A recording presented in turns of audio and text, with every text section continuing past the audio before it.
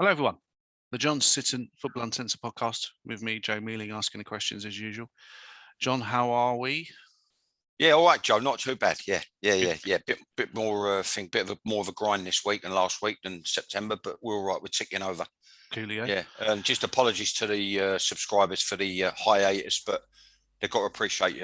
Hopefully, they appreciate we're doing it because we're like having a chat about football. It's not as if we're like sort of getting paid for it. We could do with some advertising money or whatever, so we could dedicate a day to knocking out a few sessions. But apologies for the hiatus to everyone. Yeah, quality, not quantity. Sometimes, Yeah. Malcolm Allison. Yeah. All right. It's so not how long you work. It's not how long you work. It's the quality of the work. Efficiency. Okay, so this session we're going to talk about England. And then that's it, isn't it? I think just England. Well, we've got England. We've got the last weekend Premier League weekend. Problem is, I've eaten, and it just once I've eaten, my brain goes. Well, that's what happens. You're like a lion, so you just sit there licking your lips. Yeah, you're laying in the thing. You're laying on the thing there, licking your lips with that big mane of yours. Savannah. Yeah, then we've got we've got the thing. I was looking at the my tip. I think that's gone down the pan, unfortunately. Unless there's a miraculous run of results, and it seems to be getting worse. By tip, you mean Man United? Man United, yeah. It's probably out of the other three now. Yeah. Okay. All right. Well, let's kick off with England then. So obviously the first game was Andorra 5-0, and the second game was a 1-1 draw at home to Hungary. Crowd trouble, bit of a turgid affair, and a bit of a disappointing result. What was your verdict on the games, and what was your conclusions? What did you take out from it? What's your assessment?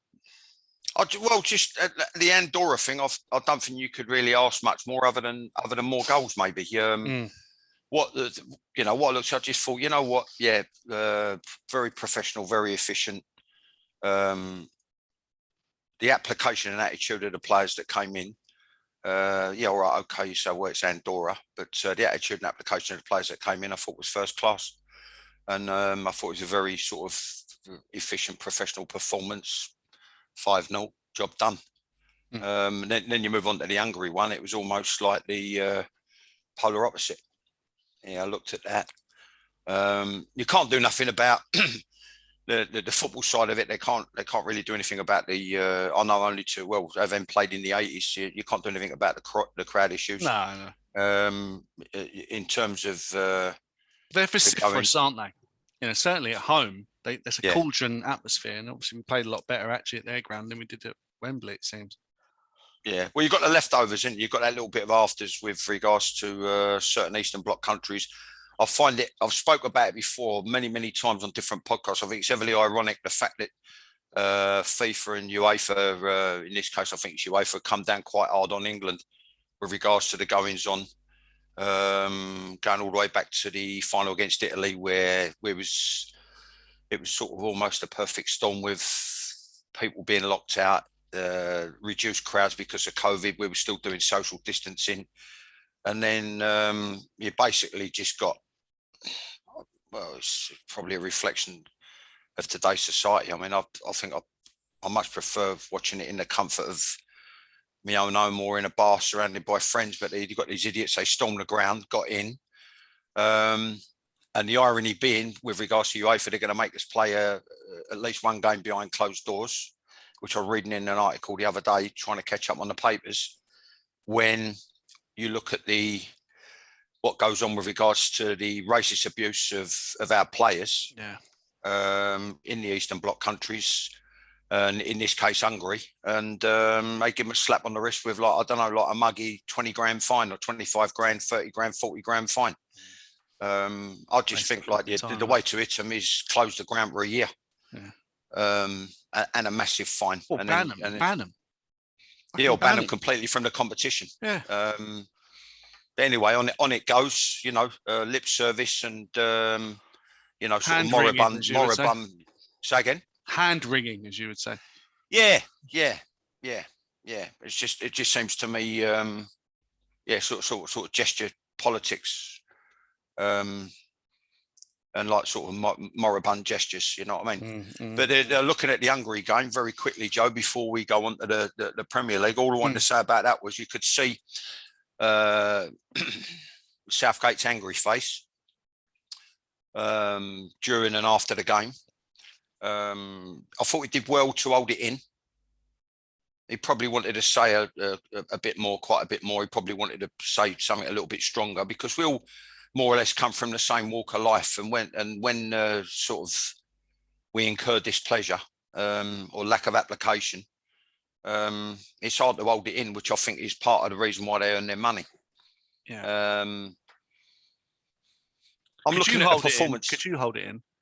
Well, I just think like it's calling. I mean, all this PC. I've been watching various shows and all that, and different bits and pieces that we might come to a little bit later on. My son bought me this. I got my daughter give me Netflix, and my son bought me this Amazon. So I've been watching bits and pieces on that. I just think it's obviously I've been penalised for how you word it. Which I had to laugh at some of the stuff coming out on one of the shows, which we'll come to. But I think if you word it accordingly, I don't see why you can't give the supporters part of what they pay for would be honest performances and an honest appraisal. And I just thought, looking at it, look, they defended deep, they defended in numbers. They put a block up. It's up to us to find a way around it. And then you've got the same problems, which we've said in a couple of episodes. Maybe we should start giving ourselves a pat on the back for different things. One of them, which we covered it in previous episodes, where there's been occasions, maybe talking about a Premier League team, maybe talking about England. But I remember he used to talk about it a lot when I come up against him, Pat Rice, at Arsenal at youth level, and then watching and listening to him at first team level with the London Coaches Association about moving the ball quickly. And I just didn't think we moved the ball quickly enough. And I thought we were overindulgent. Certain players were overindulgent. I thought certain players lost their discipline.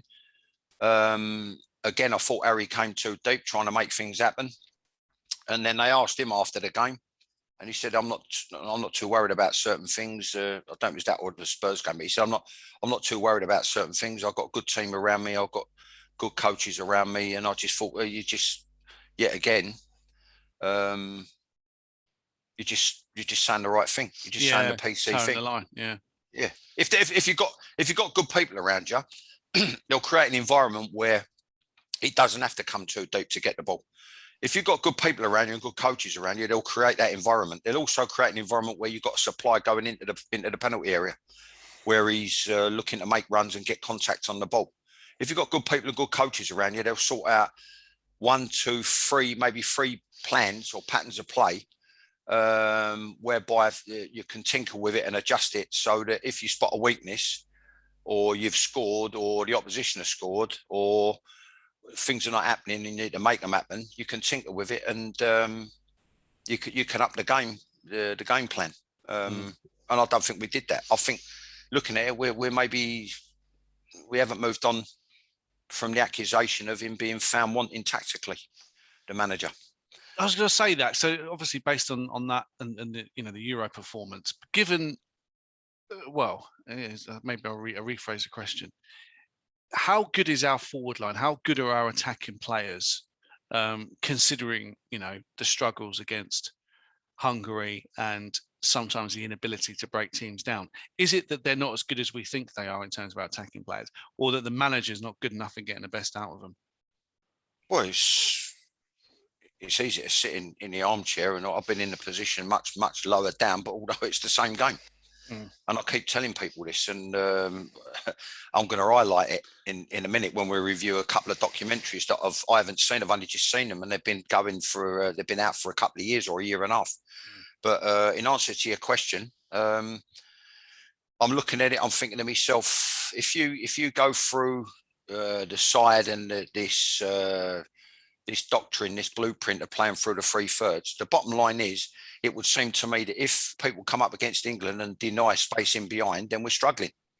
If they defend in numbers and they've got a disciplined block like Hungary did, and they put their bodies on the line, it looks like we're struggling. So you've got to have these instances where to get width, you might have to pull a team in narrow, which you can work on with regards to getting a block of numbers in the middle third going a long ways. Again, like I said, not just coaching in the 3/3 that way, but coaching in the 3/3 that way. And then isolating people wide, which we're not very good at. Deny spacing behind. I mean, me personally, I'm looking at it ties in with recent performances in the Premier League and most certainly in Europe, actually, yesterday. I said in the run up to the Euros, I don't know if you remember, it's many episodes ago, I said I'd be camping outside his front door. I'd be bringing him tea in bed. I'll be popping a toaster and saying, "What do you want? Do you want Marmite, jam, peanut butter?"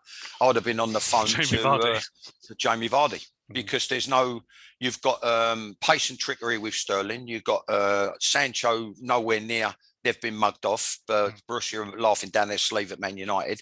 He hasn't done enough to warrant a 70 million price tag. You've got, so it's very similar with pace and trickery, but then contradicted by the fact that you're playing on occasions with wing backs, or they're at least playing high and wide. I'm looking at, I think maybe they're trying to create an overload or create the space with an angled run from the wide men in off the line to clear the space for the fullback. I'm looking at Grealish, fantastic player, big fan. But overindulgent, and still he makes a lot of wrong decisions. And I said he had I think one of his first couple of games for City, and I said the manager will be all over that with regards to him being overindulgent, because their game is about moving the ball on quickly. Yeah, he slows it down a bit, doesn't he? Yeah. He slows it down. Yeah. And I think it's the same with England. And then after that, I'm struggling. Mason Mount, he's not pulling up trees for Chelsea, is he? He's not pulling up any trees for anybody. But there's been a sort of high expectancy because of how well he's done as a much younger player. But I'm looking at, in terms of variety, maybe we should think about giving Harry a bit more help, but in a different way. We've actually got no one. If I look at how he chases it down, maybe Rashford, but this, he blows hot and cold. Can't get him any night. It's like somebody else was going on about different goalkeepers and different back players and all that, and I'm like, yeah, but like two good games in 5 ain't good enough. I got mullered at the highest level, like for 2 ropey games out of 14 by muggy Chelsea supporters who were still fucking worrying about what went on in 1971. You understand what I mean? And there we was in 1978 playing on a mud bath. No goals in the side, no goals in the club, and when Ray left, no one wanted the ball. So it's you're looking at it and you think to yourself, well, how they getting away with it? How they getting away with 2 decent games in 5? And I'm looking at certain clubs' goalkeepers, I'm looking at certain forwards, I'm looking at certain midfield players, and it's just not acceptable. But like where Vardy's concerned, very quickly, I'd have committed myself to him, saying you're going to get, because I've got this in mind, this game plan, or this way of changing things, you're going to get more minutes. There's going to be a lot of occasions where you're going to start, because what it is to create space in the middle third, you've got to threaten the back third. Yeah. Right. If you want to create space in the back third, right, you've got to bring play into the middle third, but en masse. You've got to get numbers around the ball, and you've got to bring them in and then like in behind. You know what I mean? So you're not running out of grass as the ball is faded in. You're not running out of grass. But that's work that's got to be done on the training field. And I just don't think we've got enough. We've got enough in terms of us tactically. And it's what I said. It starts from a kid being tactically adaptable. I think. Yeah, I mean, it sounds to me though that he's just not up to scratch, Southgate. And we'll talk about Ollie in the next conversation about the Premier, but you could draw parallels with him. They've got Possibly. good players, very good players. And if another manager come in, if Thomas Tuchel come in to manage Man United, would he do better than Ole Gunnar Solskjaer? You'd probably say yes, wouldn't you? If what's his face, your man Mancini, come in to manage England's players, would he do better? Would he have won the Euros? I know it's an if and but question, but I've always said, Joe, it's a cultural thing. I've always said it's a cultural. I mean, that Mancini, whoever you want to name, Guardiola, Klopp, they managed the England side, which me personally, I wouldn't want that. I just think like there should be a national pride in having a national manager who's born of these shores, and that's how it should be. But having said that, I don't think that would make any difference purely and simply from the point of view it's a cultural thing. I've always said it's a cultural thing, and it's about what they're taught, what you're taught as a kid. It stays with you for life in whatever position you're in, and it's also a mindset and an attitude. It stays with you for life. And the old sort of quote, "Thou shalt not pass." You saw that with the big lump, the 37-year-old big lump when he pulled Saka back by his collar. It's a, you know, and it's like it's that streetwise nitty gritty sort of. They call it the ugly side of the game. I just think I call it the professionalism of the game, the professionalism part. Nous. And bit of nous, yeah. In their defence, the only thing I will say, whether it's Gareth Southgate, whether it's Ollie, you know what I mean, because I try to stick up from, and I've been there, like I said, much lower down, and even much lower down, because it's something that relevant to me. What I saw with the Man City documentary, having watched the Spurs documentary recently, and the you know, I mean, it's been out ages, but very quickly you can there's either ingredients missing, right, or you don't know what's going on behind closed doors. And a manager or a coach like myself, you might have brought all the ingredients available, possible, tangible, humanly possible, and put them on the table, and certain things are still not happening. So you never know what's going on behind the scenes. That's the only defence that I can make in that respect. Then the flip side of the coin is, well, maybe there's a few ingredients missing on the part of the thing, or the manager or the coach or the coaching staff, you know, because it's they say about it, a coach used to say to me, the most important part is what happens in both penalty areas, but the game's moved on from that a long time ago. You may think this phrase is harsh, because I heard someone put it on Twitter, and there's also a lot of bullshit put on there, but I actually thought it was an interesting quote, and it's one of the greatest tragedies of the last 10 or 15 years in international football, that Belgium FA basically entrusted their golden generation to Roberto Martinez, and I wonder, because I think that's something interesting to discuss. So that'd be interesting to get your thoughts on that. But similarly, could that be the case with Southgate? Well, yes, it's about. Again, I said it many times. I've said it over many episodes. I said it on many different interviews, on many different podcasts, not just ours, and not just ours with when we were doing it with Don and Alan. I think a lot of it's about perception and credibility. And you know, I'm looking at the documentary, the Man City documentary, and well, again, we're going to do a session on that, aren't we? Yeah, we can go. Yeah, we can go so in that respect, I think it's about our it's whether it can come in, and it happens at every level. It happens at every level. So I'm trying to hold myself back from what I wanted to say about the goings on in the City dressing room, but it happens at every level. Even down to when I've been down in non-league. Wow. You're giving out top drawer information, and it's even with someone who's probably got like out of, let's say, one position. I always said there's normally between 5 and 7 set criteria for each position, and this person might have 2, and you're giving him top drawer information, and he's banging his boots out on the thing, or talking to his mate, or to give me a cup of tea, just put 1 sugar in it, pass me a bottle of water, and you're trying to give top drawer information. Do you know what I mean?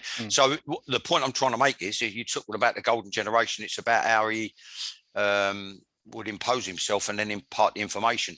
And then I'm looking at other bits and pieces, which I think I slightly disagree with, and I think are slightly contradictory. I was watching the thing Never Give In with Sir Alex Ferguson. And or Alex Ferguson, because knighthoods don't mean anything. Well, it doesn't mean nothing to me. It's also Alex. Everyone calls him Alec. I don't know, why do people call him Alex? His name's Alex. Yeah, Alexander, isn't it? Yeah. Alex. Yeah. Talking about the how to get on the run, how to get success, and he's talking about the get sort of the blueprint, for want of a better word, of the club, and then your ideas, and then and your plan and your strategy. That's not verbatim, that's sort of slight paraphrase, but normally strategy, and then that's how you build success. You're not going to build any success unless you get on a winning run. I honestly believe it comes from that belief can only come from winning, and then you go back to other quotes. Like the best quote I've ever heard in my life about football is David Pleat. It's a confidence trick. Football is a confidence trick, and then that it's an umbrella of a confidence trick of about 6 or 7 or 8 confidence tricks. So someone walks into a boardroom and plays a confidence trick on the board and the chairman to get the job. Then he plays a confidence trick on the players, right, to get results. And then they're playing a confidence trick on the opposition to keep a run of results. And then you play a confidence trick on the media to keep the pot boiling and keep it snowballing. Then you play a confidence trick on the supporters, who they're drawn to this embrace of the players, the first team, the club, and keep shelling out the Nelsons to go and watch the game. And then you play a confidence trick again to get your next job, etc. It's a confidence trick. Interesting. And it's the best quote. It's the best quote about football I've ever heard in my life ever. So it's PR. It's spin. It's PR and spin. Yeah, but it's nothing without results. Which we'll come to with regards to my theories in my book and with regards to how it ties in with 2 documentaries. Yeah. All right. Well, let's move on to the Prem then, because we want to quickly review last week's games, and we just pick out a couple of fixtures for the weekend. I mean, I don't know if it's worth mentioning, but Liverpool smashed Watford. It is worth mentioning. Mohamed Salah is absolutely on fire. People call him the best player in the world at the moment. Another fantastic. I think we safely say I've won that one. I think you was in the room when I have a heated discussion because I get animated. I knew he was getting me at it, and Lord Hudson, you know what I mean? And he kept on about Mane, and then there was another podcast we did where he kept on about Mane, which I think was a little grenade from the previous encounter or exchange we'd had. And I said, no, Salah's got far more in his locker, far more ingredients to his game. He can finish in many more sort of wide and varied ways, and I just think he's a better all-round player. So I think now they're talking in terms of him being the world's best player. I think we can safely say I won that one. Yeah, I mean, phenomenal. Not just I mean, first of all, the pass with the outside of the boot, in behind the retreating defence, because that's what I'm talking about with regards to Vardy and Kane, and even Sterling. You understand? They've pulled them in, or they've won it, pinched it back, and then hit them on the rebound so quickly. And it's not just the decision making; it's the execution, right? Because you can say, "Oh, yeah, I've seen that," but then an ordinary player, you know, they might ping 10 balls, and 3 of them might go skoo whiff. You know what I mean? They might, and then you might not. But they're so precise. And it's funny, the things I used to talk about with regards to attention to detail, precision and intensity 25, 26 years ago with my youth team and with the first team at Leyton Orient, again, which I'll come to, which I'm sitting there watching 2 documentaries and I'm either welling up or I'm laughing my tits off. You know what I mean? But the precision and accuracy of in the opposition on the break, then that ball with the outside of his left peg, phenomenal. And then the one where he got it bobbled off of someone back to a Liverpool player, and he's looked up, he sees a Watford shirt in his face, so he just rolls it sideways, and the way he danced through, unbelievable. And then stopped the ball dead, and then come back on his left and called it. Then just unbelievable. Unbelievable. That's just like what you're talking earlier on before we come on about the 3 modes of intelligence. That is like total gut instinct, just phenomenal player. Yeah, I mean that they decimated him, and I just think like that's me done. I honestly can't see. I mean, I don't think they'll sack Ollie, but and if they do, they're going to bring in. with regards from bouncing back. It's going to need an unbelievable, and like when he came in, Ronaldo, that weekend, I think you'll see him getting it on the break, and he got smashed off the ball. He just sat down in the centre circle. I'm just thinking to myself, it's what I said when he came. No one knew, and it was a bolt out of the blue. And then I said it could go one or two ways. It could be an unbelievably phenomenal catalyst, or it could go tits up. But he's bigger than a manager, isn't he? He can't be dropped. This is the problem. He cannot. He dropped him. I mean, what was that game? It was the last, but not the Leicester game, but before that, he dropped him and then brought him on when they were 1-0 up, and they drew the game. Yeah.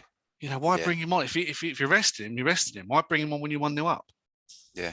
And then you're trying to accommodate him. Yeah, you're trying to accommodate him, Joe, because you're starting off with a younger player.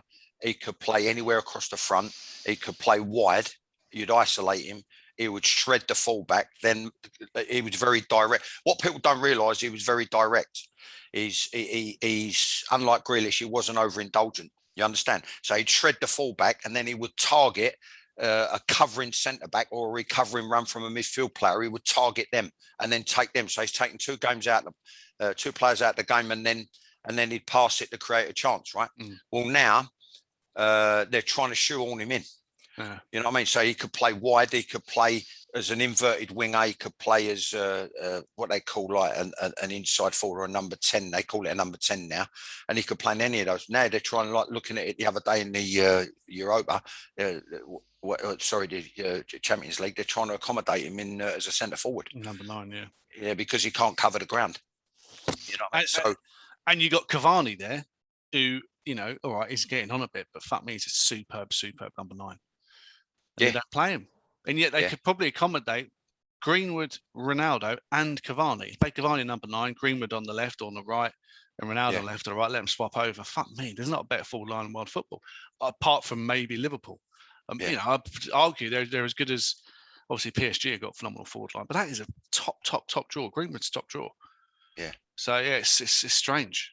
Yeah, well, we've had no credit. I've had no credit. I look across the back line. They're questioning the back line. I just said on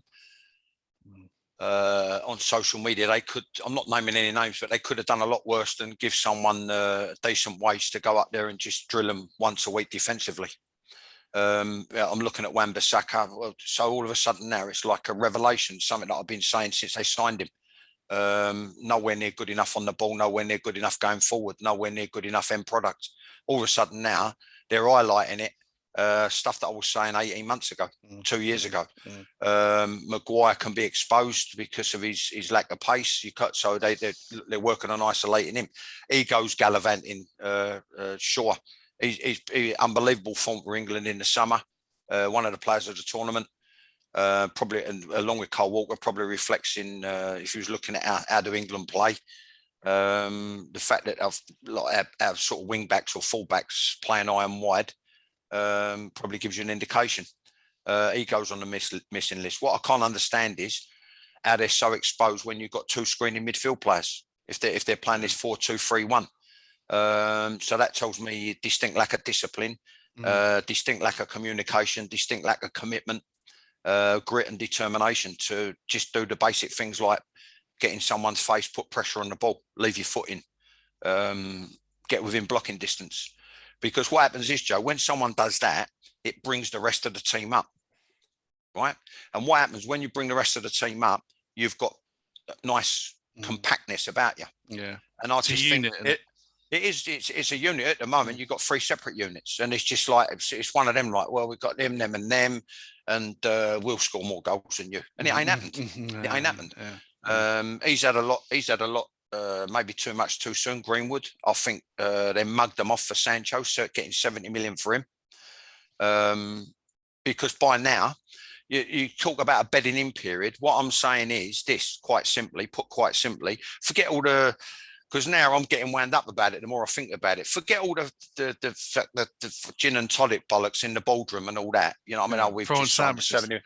Yeah, no, but the way they talk, the way I articulate it, I'm talking about like a base level football talk, right? Yeah. I don't give a monkeys if you're talking about, we've paid 70 million as we, slice of lemon, please, in the gin, and another bit more ice in that, and we'll tell you, how wonderful, we've 70 million, and they're talking about shirt sales and thing and all this. Listen, what I'm saying to you, a 70 million pound player, if someone's that good, you don't need a bedding in period. He should have forced his way into the reckoning, forced his way into the side. Then when he's got into the side, forced himself on the opposition, shredded the opposition, and then everyone goes, yeah, fuck me, no wonder they gave 70 million for him.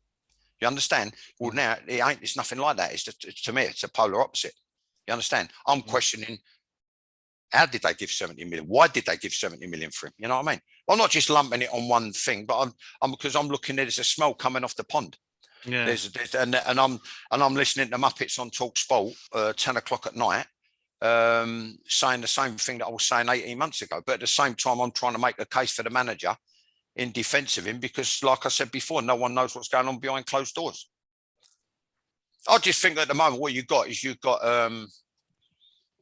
almost a semblance of anarchy there. But people are just playing how they want and doing what they want. And I think the decent pros, like the midfield player, the Portuguese kid, just remind me of his name. Fernandes. Yeah, if you're going to shift responsibility onto someone, he's the type of person. He's the type of person who should be you should be embracing and sharing your responsibilities with, because someone like him I would trust. Well, it's interesting because how, like you say, it's sort of shit or bust with Ronaldo coming in, and if it starts to go a bit sour, I mean, he got Man United out of jail in the Champions League. Yeah. But who's the club going to support, Ollie or Ronaldo? He must run the dressing room, Ronaldo. You can X amount of £1 million. Yeah, X amount of £1 million we've bought in through shirt sales, but just the age-old thing, the age-old solution to the cause and effect is to get rid of the manager. It's easier to get rid of the manager than it is to replace bundles of players. They're in danger of going the same route as what I said about Spurs about 3 years ago. You've got like people who have been there a long time, and they're all aging together, right from the goalkeeper through the side, and there's like little, either he can't articulate or there's a little veiled message when he was interviewed, Pogba. He was being honest. Paraphrasing, think things are not right. There's something's wrong, and we have to do something differently, or think differently. He obviously thinks he can get away with that. To say that, you wouldn't say it in front of Ferguson. Look what Keane did. He got binned because he dared to speak out. Yeah. And then the flip side of that is, like I've always said, they want you to be a leader, they want you to be a player, they want you to be a personality, a warrior. Much lower down, I had the same problem. You know what I mean? But then when you come off the thing, that you're not allowed to have a personality or be a student of the game or think about the game. That's if they do. Yeah, it's fascinating that. Yeah. All right, so that was a terrible result for Man United. It's going to be interesting to see how they get on this weekend. They are playing Liverpool at home. Yeah. Doesn't come easy for Ollie. No, it don't. But then it's like the other day that when they've gone 2-0 down in the Champions League, Joe, and then they've pulled one out the bag, but he can't keep pulling rabbits out the hat. You know what I mean? So you've got to question: is it the application? Is it the tactical approach? Is it the and I still maintain, and I'm right. You can't. If like City, when we do the briefing on the documentary, I still maintain on based on what I saw. You can't expect sort of, let's say they go a long way in the League Cup, the FA Cup, they get through the group stage of the Champions League, throw in the Premier League, 38 games. You can't expect 50 Churchillian speeches. No. You know what I mean? And unfortunately, some players do, but then I'll maintain the belief that the higher you go, the less it's necessary.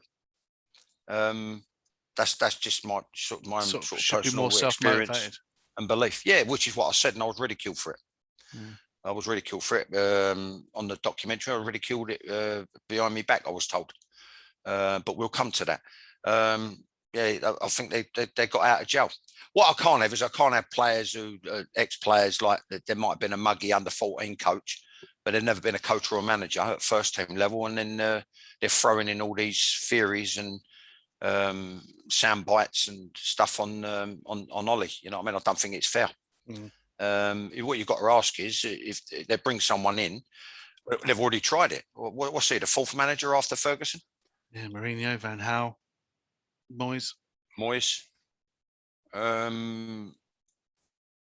They're all strong personalities. None of them succeeded, really. I think and they had money to spend. Well, when I say succeed, I mean in terms of the Premier League and the thing. I think one got an FA Cup, didn't he? And then one got a Europa and a second place. Got Europa second. Yeah, I mean, they certainly don't seem to have done any better than Ollie, or Ollie's done any worse. But that's right. And you're talking about all sort of dyed in the wall strong personalities. Yeah, for sure. Yeah, like I said about Ollie, I just think it's a change of tact. I always thought he's sort of wonderfully understated. But maybe behind closed doors, he's seen it is time to start trying to provoke a reaction. What do you think he should? What's your view on ranting and raving in the technical box and getting up, standing up, shouting, moving people around? I mean, I watched. What was it? Atletico Madrid. It was Atletico Madrid Liverpool in the midweek, and you got Klopp who stands there. He's sort of he gesticulates a little bit, but the other guys are the Argentinian Simeone. Fuck me, I mean he's might as well be playing. I like Simeone. Very passionate, but very, very, telling everyone all the time where to go, what to do. Whereas Ollie sits there watching an iPad. Ollie sits in the thing watching an iPad. Yeah, I was like Simeone. Tony used to say to me, "It's driving me fucking mad." Yeah, I know from him for years, and then lately we've made a bit of contact, and he DM'd me yesterday to wish me happy birthday. You know what I mean? I was more like that. No, I just think like the thing. But should he be standing up? Should he be standing up and bollocking players a bit more? Is what I'm saying. Should he be showing a bit of spunk for the fans and get involved? Yeah, well, that's what I mean. Klopp, when he does all the thing, he's trying to show. I think he's trying to show the appreciation of the players to the fans and show the fans that he's a fan, right? Whereas the other side of it is Simeone is so deeply embedded in it, and then he's coaching. You'll find that it's very similar for quite a few of us. When you play, you're like a player coach or a player manager if you're vocal and you boss people and you lead people. Now, all of a sudden, everyone's having a scream up. There's a dearth of talent when it comes to leadership. There's a dearth of talent when it comes to bossing people and being vocal and being a good communicative, right? It's no different. So when you're a coach, what you do, you just pick up the thread. So you see something and boom, boom, boom, and then you send out little reminders. Like I used to all the time with fullbacks. You know what I mean? Little things. Don't let him turn. People like Ian Endon, don't let him turn, because if you let a winger turn and face you, then you've got a problem because they've got more options than you. Just little reminders to centre backs: if the ball's in the channel, mark on the outside, give yourself a yard. So you're screaming at all the thing. Midfield players. He was very good at it. Cockrell, like Bogey had set a ball back. And then someone like who could ping a decent ball like Bellamy, he's looking for Westy, and I'd say scream at Cockrell, be ready. Go on, Glenn, go on. And then as the ball goes in, where you've rehearsed a pattern of play, it go into Westy, and then Cockrell's making a third man run off him. And then I had problems with others like Carter and like just overindulgent. You know what I mean? Just wanted to go on the fucking Roy the Rovers Maisie. Well, the Light Brigade are reincarnated and they've got behind the ball. They've got the Battle of Balaclava. He took so long to unload the ball after taking someone out of the game. I think I'll have a Maisie. You know what I mean? They've come back from the dead and they've got back behind the ball to help the back four you're playing against. You know what I mean? Yeah. Just pulling you to this weekend's games. There's some obviously interesting fixtures. I mentioned Man United, Liverpool. Any predictions for that? And also West Ham Spurs, I think, is interesting to draw out on Sunday at 2, and then Man United Liverpool at 4. Obviously, West Ham beat Everton last weekend. Everton are struggling with I'll injuries. hold my hands up, Joe. Yeah. I've had a Lionel because I said that might be the surprise packages, Tottenham and West Ham. I think it's more likely to be West Ham than Tottenham. I don't think Nuno's made the impact that I would have liked, and a lot of Spurs people would have liked. Or I'm not a Spurs supporter. I just thought like his style of playing, his personality might have helped. But there's obviously Spurs is infested. I think it's no, it is. No, I'm looking at the documentary. I'm not disagreeing with you. Yeah, no, it's fucking. I just think like now, and there's people going about it being this phrase Spursy. I just think like you've just got like too many wrong uns there. Coupled with the fact that too many people are getting old together at the same time for the last 3-4 years, and it's an attitude problem. And I see the body language on the documentary, and there's two types of people, and when they're brought together in one person, it's your fucking worst nightmare. There's two types of people who can be a bit of a nightmare when because they act surly and they've got a bit of an attitude. Well, when it's brought together in one person, it's your worst nightmare. I'm not going to dig out a certain individual, but there were 3 individuals, and you just think to yourself, well, there's one type of person that's going to like rub you up the wrong way when he's surly, and then when you add it to the nationality or the language that they speak, they're a nightmare when they're surly. So if it all comes into one person, in this case 3 individuals, it's your worst nightmare. Then you throw in the fact with regards to injuries, which we're going to cover it, but. An aging back 4, a goalkeeper who was well past his sell-by date, no replenishment of the squad, no fresh blood.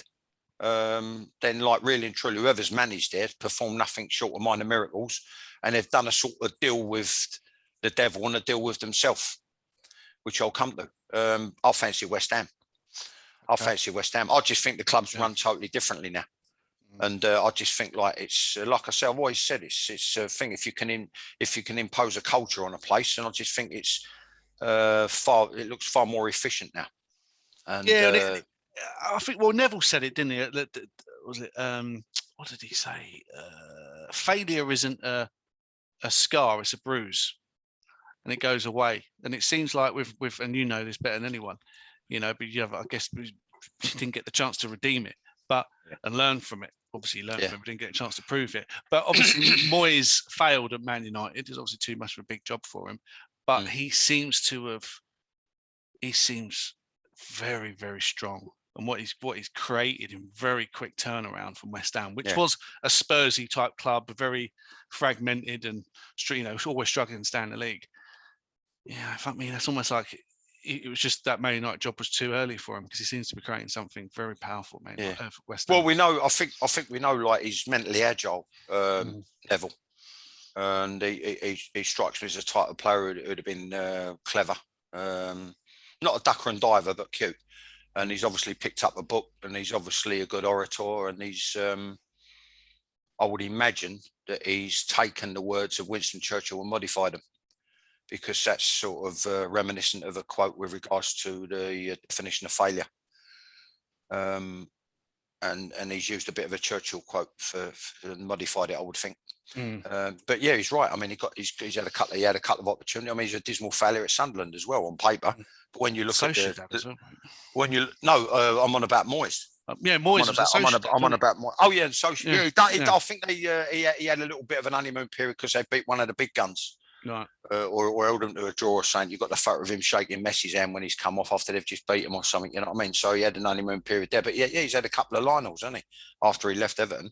And I just think now he's a lot of it, the like good defending, and definition of good defending is economy of effort. So you can break that down. It's about how you read situations and how you set your team up, and how those individuals read situations. And I just feel like I said before, I think they're far more efficient unit now. They could still do with a bit of help in replenishing the squad, but he's the type of guy who he'll try and recruit. He won't just throw money at something and hope for the best. I think he'll try and recruit decent people, which he's got them all working and all pulling in the same direction. So yeah, I mean, it's a little bit chalk and cheese to the other mob, to Spurs going on from what I've seen. Yeah. So Man United, then Liverpool. I think I can guess what you're going to say, but obviously it's at home, Man United. What's your prediction on that one? yeah, it's probably I probably shoot myself in the foot. Emphatic Liverpool if they're carrying a bit, but then you go like you got the derby, you got the it's sort of a derby, you got the rivalry from bygone years, you got the fact that they pulled one out the hat in Europe in the week, so you don't know. Plus they're at home, so you don't know. But if you twisted my arm up my back, I'd have to say Liverpool. I'd have to, but it's going to be a hell of a game. Yeah. All right, let's leave it there. We're going to talk about the All or Nothing 2 documentaries in the next episode, which will be underneath this video on YouTube on John's channel. Tottenham and Man City. It'd be good to get John's views from someone that's gone through a flannel documentary on other modern day flannel documentaries. But we'll leave you there. We'll leave it there, lads. Thanks for lads and lasses. Thanks for tuning in. Like, subscribe, DM us if you've got any more questions. John, see you later. Yeah, we'll look forward. Yeah, anyone wants to send questions through. We had one off of Andy that we was going to address very quickly. Just watch, please share, like, subscribe. And we need to get more people on board if we can. But very quickly, in references to Andy's thing about I can only say what I said at the time, Joe. What it was about the World Cup in Qatar being held sort of mid-season. Yes. Right? Yes. So all I wanted to say to that is I still feel the same way. I think it was more to do with politics than football. Yeah. And like I said at the time, when people were letting out screams before the announcement with regards to the Russia one.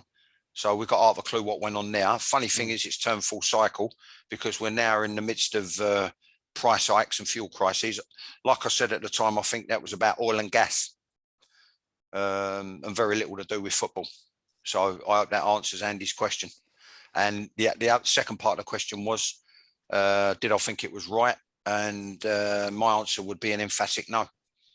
I just think like the before you factor in the human rights thing with regards to the building of the stadiums and the amount of deaths, etc., and cheap labour and labour camp conditions, heinous living conditions for the people brought in from the subcontinent, without sounding on too much of a downer, I just think that it's the only way they could have fitted it in.